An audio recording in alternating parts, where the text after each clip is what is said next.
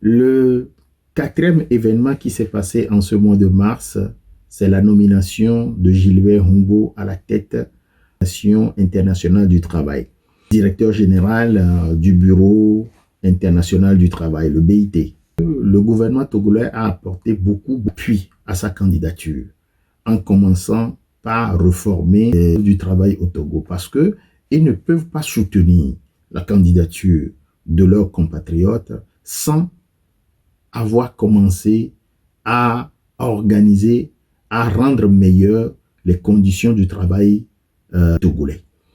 Donc, le 18 juin 2021, le gouvernement togolais a adopté un nouveau code du travail qui est génial à comparer à l'ancien. Donc, ce nouveau code de travail a pris en compte le télétravail, la saisonnalité du travail, le travail par projet. Voyant avec ça, je pense qu'aujourd'hui, il y a une flexibilité énorme là-dedans. Et le 23 février 2022, le Conseil des ministres togolais a adopté un décret qui donne la création du Conseil national du travail. Ça n'a jamais existé au Togo. Quelque chose d'effectif. C'est un organe consultatif qui est tripartite au fait. Ils entendent des créateurs d'emplois. Il y a les représentants des salariés, il y a des représentants du gouvernement. Donc, forment une tripartite pour vraiment réfléchir à l'amélioration du cadre de vie des travailleurs au Togo. Et aussi organiser la représentation des syndicats et aussi organiser le de grève au Togo. A apporté sorte d'exemple, puis le dossier de notre compatriote Gilbert Humbo à la tête de l'OIT.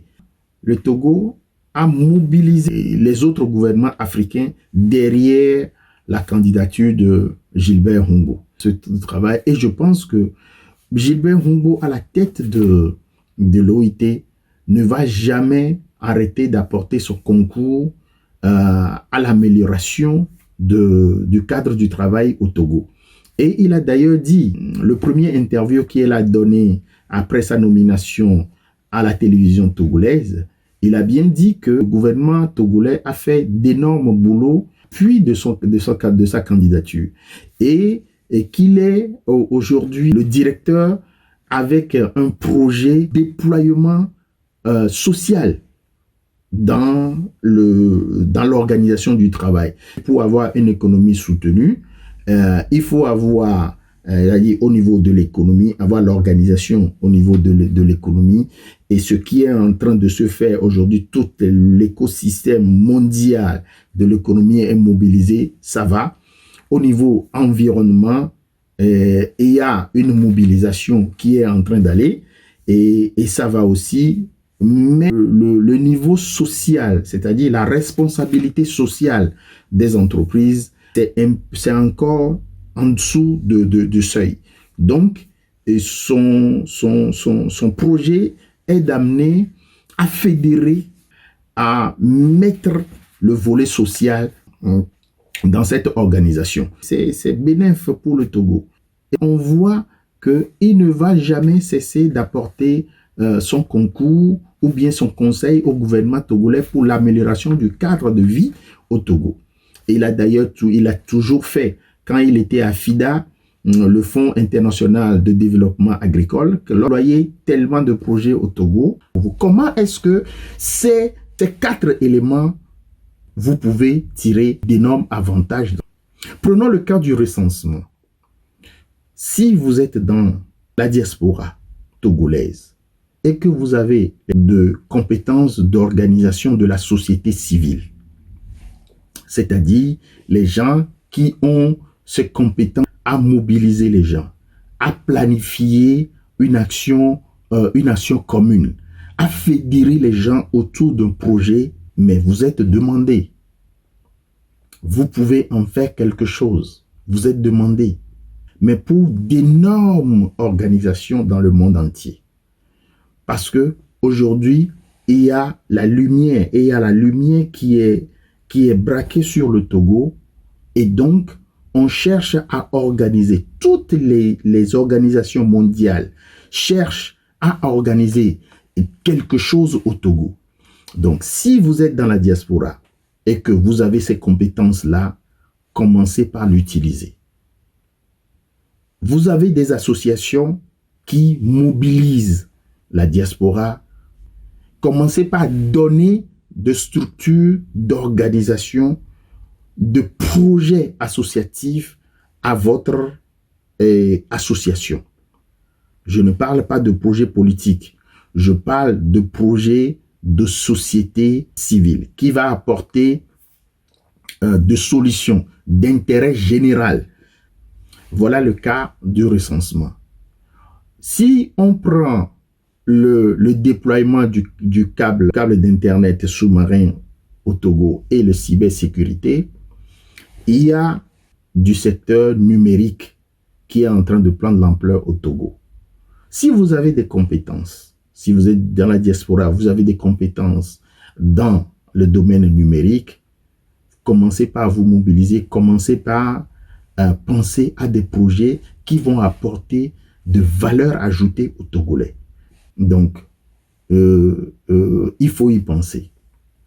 Si on revient dans la nomination et compatriote Humbo à la tête de l'OIT, si vous avez des compétences d'organisation de ressources humaines,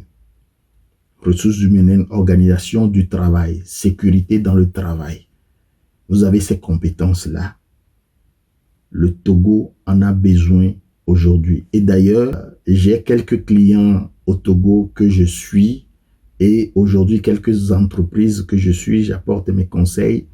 Et aujourd'hui, ils sont stressés par la direction générale du travail qui les oblige à se conformer au nouveau code du travail qui est adopté. C'est dans leur intérêt.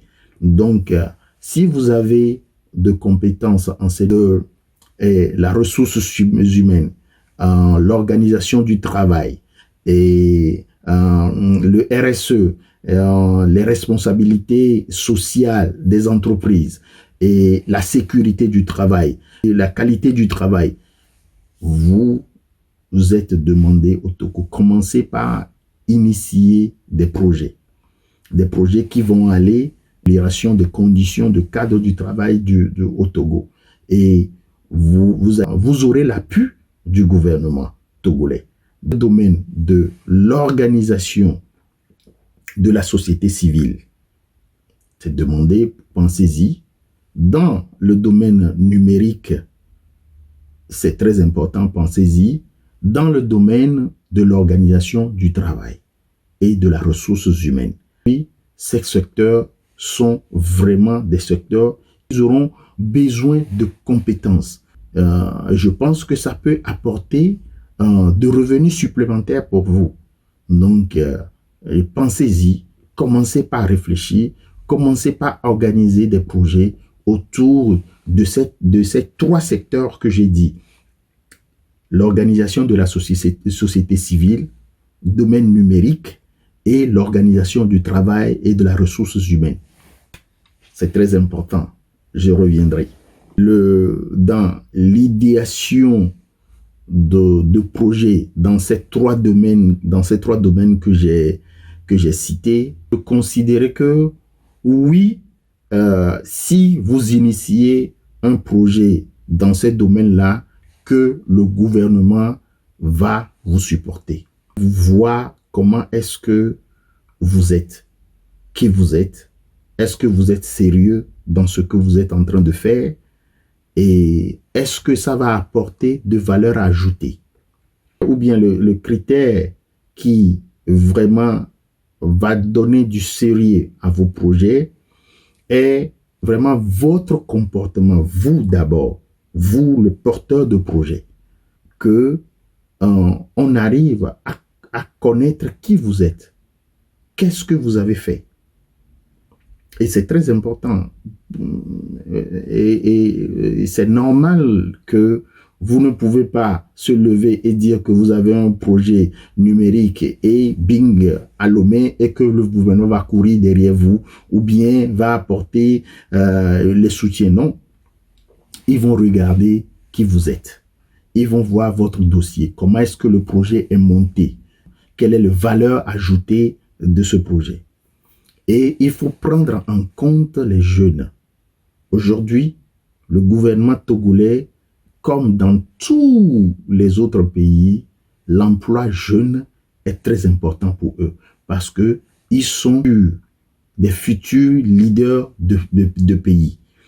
Si vous, d'abord, vous êtes sérieux dans ce que vous êtes, donc vous êtes idéal entrepreneur parce que idéal entrepreneur, dans tous les projets, il est considéré sérieux parce que les critères à initier vos projets, vous l'avez déjà parce que vous êtes idéal entrepreneur. Et que votre projet prend en compte ou bien crée d'emplois pour les jeunes, je pense que vous aurez des supports. L'appui du gouvernement est réel. Donc, et aussi la méthodologie de présenter le projet aussi. Vous avez initié un projet qui est dans les domaines, dans les secteurs que le gouvernement peut apporter d'appui, les 3 domaines que j'ai dit tout à l'heure, que le gouvernement peut apporter d'appui, considérez les jeunes. Il faut considérer les jeunes dans vos projets. Et si ça est fait, à présenter le projet. Ça, c'est une autre stratégie. Vous êtes idéal entrepreneur. Vous avez un projet sérieux qui a pris en compte le besoin de la population togolaise, et qui est dans les secteurs que le gouvernement peut apporter l'appui, et que vous avez pris en compte l'employabilité des jeunes chez le ministère qui couvre votre projet. C'est là qu'il faut commencer par faire le lobbying. C'est là qu'il faut commencer à faire le plaidoyer. Vous arriverez à avoir des conseils, à avoir des directives, à avoir des prises en compte d'appuis que le gouvernement peut apporter, peut vous apporter. C'est très important. Il ne faut pas se jeter dans les choses. Ça ne va pas se faire tout de suite, comme vous le voulez. Vous devez être patient à passer les étapes à ce que le projet soit vraiment concret. Et dans ce parcours d'organisation de projet, c'est là qu'on vous voit votre sérieux. Le gouvernement togolais ne va pas vous déployer le tapis rouge. Non, ils ne vont pas vous déployer le tapis rouge. Ils vont vous regarder de près. Comment est-ce que vous faites les choses? Comment est votre ténacité? Comment est votre patience? Votre rigueur? Voilà. Et je pense que vous allez avoir le gain de cause. Et je tiens tellement à apporter ces éléments pour vous afin que vous puissiez bénéficier, de tirer d'énormes avantages. Et c'est pour ça que Idéal Entrepreneur existe, pour vous apporter d'énormes informations, pour pouvoir vous outiller dans vos décisions. À très bientôt. Vous êtes Idéal Entrepreneur. La diaspora togolaise, la communauté Idéal Entrepreneur. Je suis très ravi que vous êtes en train de suivre cette vidéo qui est en train d'apporter la valeur ajoutée à vous. De tout ce que vous voulez faire, les décisions que vous allez prendre, il ne faut pas les laisser au hasard. Il faut baser sur des informations. Et je vous ai dit que vous êtes des idéal entrepreneurs. Idéal entrepreneur, comme je l'ai dit dans les vidéos, nombreuses vidéos, a 5 caractères. 5 caractères qui, si vous n'avez pas, il faut le développer. Donc, caractère numéro 1 est la discipline entrepreneuriale. Il faut être discipliné. Ça va vous amener à lire les choses, à regarder avec esprit de construction les choses qui se passent il faut être discipliné. Ce que vous dites, c'est ce que vous faites. Et lorsque vous n'arrivez pas à le faire, il faut savoir comment l'expliquer. C'est très important pour idéal entrepreneur. Caractère numéro 2, il faut avoir la confiance en soi. Il ne faut pas laisser ces émotions diriger votre vie. Non. Lorsque vous posez des bonnes actions, vos émotions vont le suivre. Donc, il faut croire en vous. Si vous ne croyez pas en vous, personne d'autre ne le ferait à votre place. Il faut croire en vous et croire en vos talents créatifs. Car chaque individu, chaque être vivant est bon à quelque chose. Donc, croire en vous. Si vous n'avez pas encore trouvé votre domaine, votre talent, il faut le chercher. Il faut le chercher à développer, c'est très important. C'est ce que Idéal Entrepreneur fait. Le troisième caractère est l'esprit d'ouverture. Il faut avoir l'ouverture d'esprit pour collaborer avec les autres. Et cette ouverture d'esprit va vous amener à entendre des choses que vous ne voulez pas entendre. Les choses qui sont difficiles pour vous à entendre. Mais dans ces choses difficiles, sortira quelque chose de mieux pour la construction de votre vie. Donc, il faut avoir l'esprit d'ouverture pour comprendre les choses, entendre les choses, écouter les autres et essayer de collaborer avec eux. Car vous n'êtes pas seul dans l'écosystème. Vous êtes avec les uns et les autres. Donc, il faut essayer de les comprendre. Avoir cette ouverture d'esprit, ça vous amène à être idéal entrepreneur. Le caractère numéro 4, c'est la sagesse financière et entrepreneuriale. Avant que idéal entrepreneur aille dépenser quelque part, il fait un prévisionnel. Idéal entrepreneur ne se jette pas dans les choses parce que telle personne a des problèmes, telle personne a des problèmes et que vous êtes obligé, entre guillemets, de venir en aide à cette personne. Non, il faut poser des questions. Comment est-ce que cette situation est arrivée? Parce qu'aider la personne. Donc, il faut comprendre la personne. C'est la sagesse financière. Ou bien vous allez investir quelque part, entreprendre.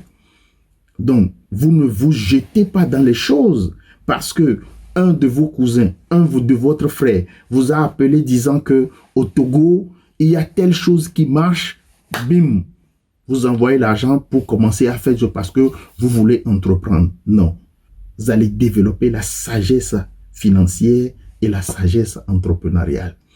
Le caractère numéro 5, vous serez engagé intentionnellement, c'est pas du hasard, intentionnellement à la création de richesses pour l'amélioration de votre vie. Si vous ne vivez pas, vous ne pouvez pas aider quelqu'un. Si vous n'améliorez pas, vous ne pouvez pas améliorer quelqu'un. Il faut que vous arriviez à améliorer votre vie pour améliorer la vie de votre famille et la vie de votre communauté et la vie des Togolais et la vie du monde entier. Les 5 caractères que vous allez développer, c'est très difficile, je sais, mais on va vous aider. Nous tous, nous sommes dans le même bateau, dans la communauté idéale entrepreneur. C'est ça notre engagement. Il faut que nous arrivons petit à petit à prendre en compte ces 5 caractères à ce que nous ne soyons pas ébranlés. Et même si on tombe, on arrive à se relever.